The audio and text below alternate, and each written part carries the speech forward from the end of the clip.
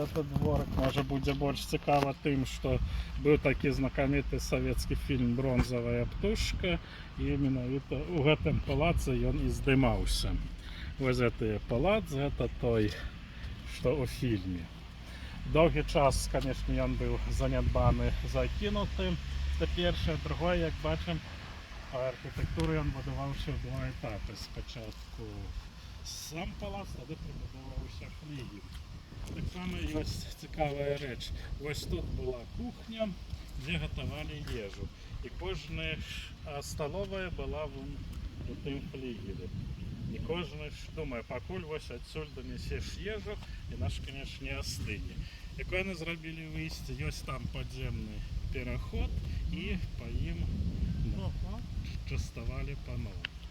Так що там чудовий парк, ми зараз обійдемо, поки нас сюди пускають, ніхто не вигнав. Ну і це все господарчі забудови. На жаль, там вже живуть люди, але це все належало моєму. Балінський, Снядецький, як я вже казав, це бояри родом з Полоцка, Балінський ректор Віленського університету, але це наші полоцькі мещани. Палац побудований між 1830 років. Ректор якого віку? Значить, палаци будувалися вже у стилі романтизму.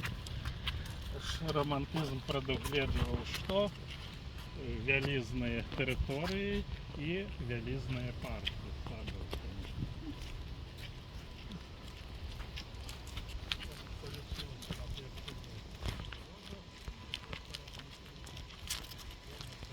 У Віленському університеті серед студентів виникла така думка створити гурток вольності, вольних літераторів, вольних студентів.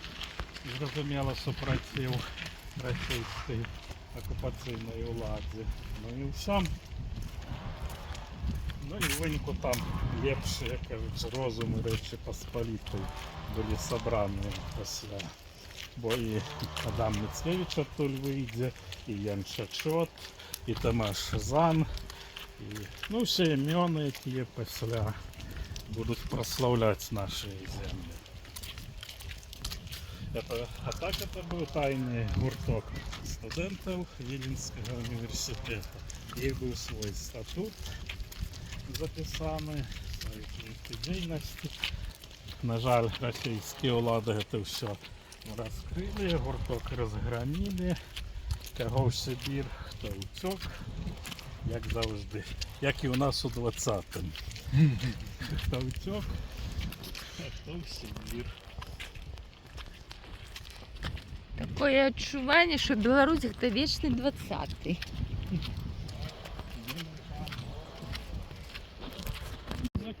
Між іншим, як бачимо, ось на пам'ятка про це.